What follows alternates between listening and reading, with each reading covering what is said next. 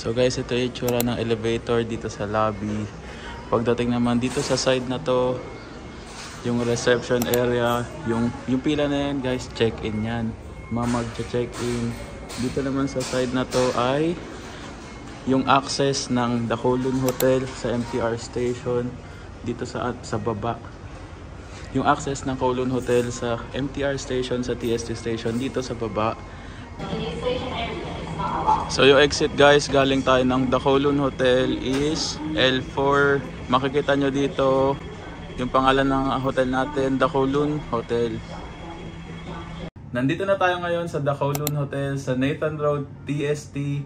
Walking distance sa Avenue of Stars, Legoland, Hong Kong, K11 Musea, Clock Tower, Symphony of Lights, yung designated area, walking distance lang, tatawid lang ng street.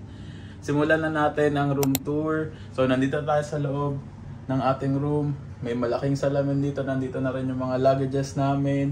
Dito naman sa kabilang side, yung CR. So pagpasok ng CR, may malaking salamin dito. So dito may mirror ulit. Ito, may blower. Hindi nakasaksak, hindi nagbubukas. So dito may hand soap. Dito may sink. Maganda yung pressure ng water, malakas. Dito naman may dental kit, toothbrush and toothpaste, sanitary bag, shower cup. May dalawang baso para pang toothbrush, 1, 2. Tapos may tissue dito sa baba. Dito naman sa kabilang side may facial tissue. May telephone din. Nagre-ring yung telephone.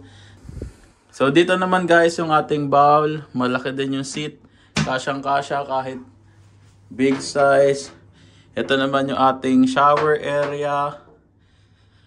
Tamang-tama na rin yung sukat nito. May bathtub pa tayo. Mini bathtub. So dito guys meron tayong shower head. Removable yan. Then dito may body wash. May shampoo. Meron din ditong tali pang sampayan kung gusto magsampay. Automatic na rin babalik yan pag binitawan to. Dito naman, meron tayong hot and cold na water. Dito naman gagamitin para mapuno ng tubig tong bathtub. Ito, hawakan para pag maliligo siguro, para pag maliligo yung seniors. Dito naman sa side na to, meron tayong dalawang towel. Maliit na towel lang to. Ito naman sa taas, meron tayong dalawang towel ulit.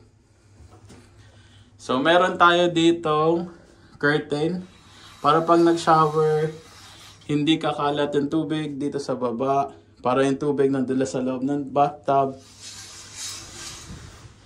Para madedry na rin doon. Meron ditong towel pang sahig. Then, eto nilalatag to para hindi madulas. Dito naman guys sa tapat ng CR, meron tayong storage.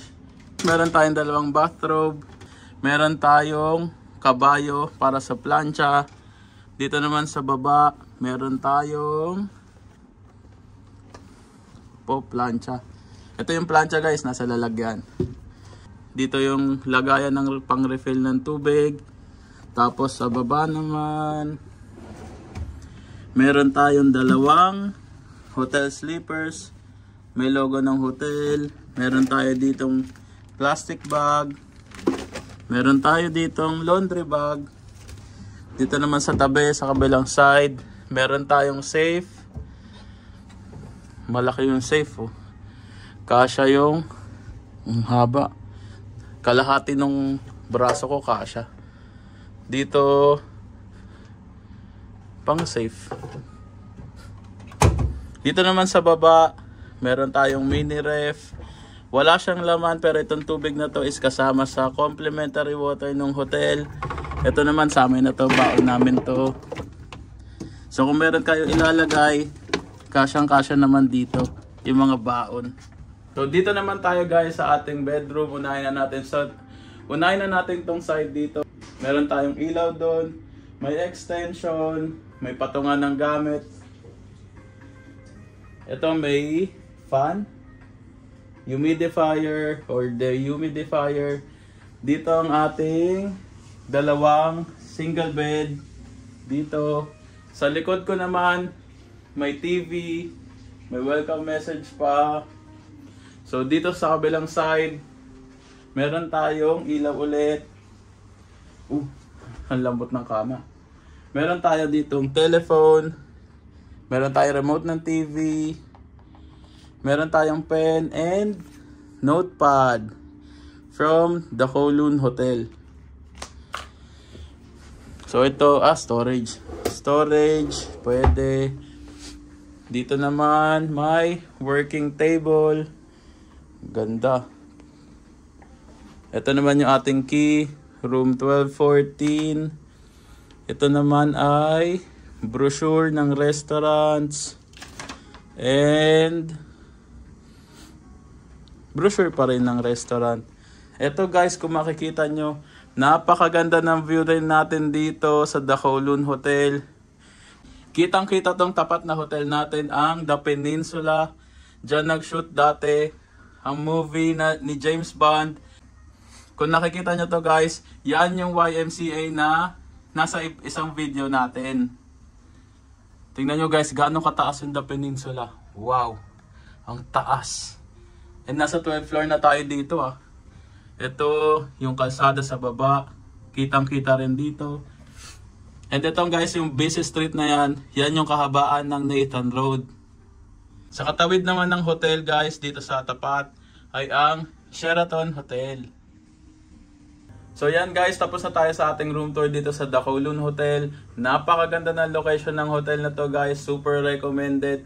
May sariling access sa TST MTR station, sa baba ng hotel, sa lobby. May stairs doon papunta doon sa entry and exit point ng MTR station.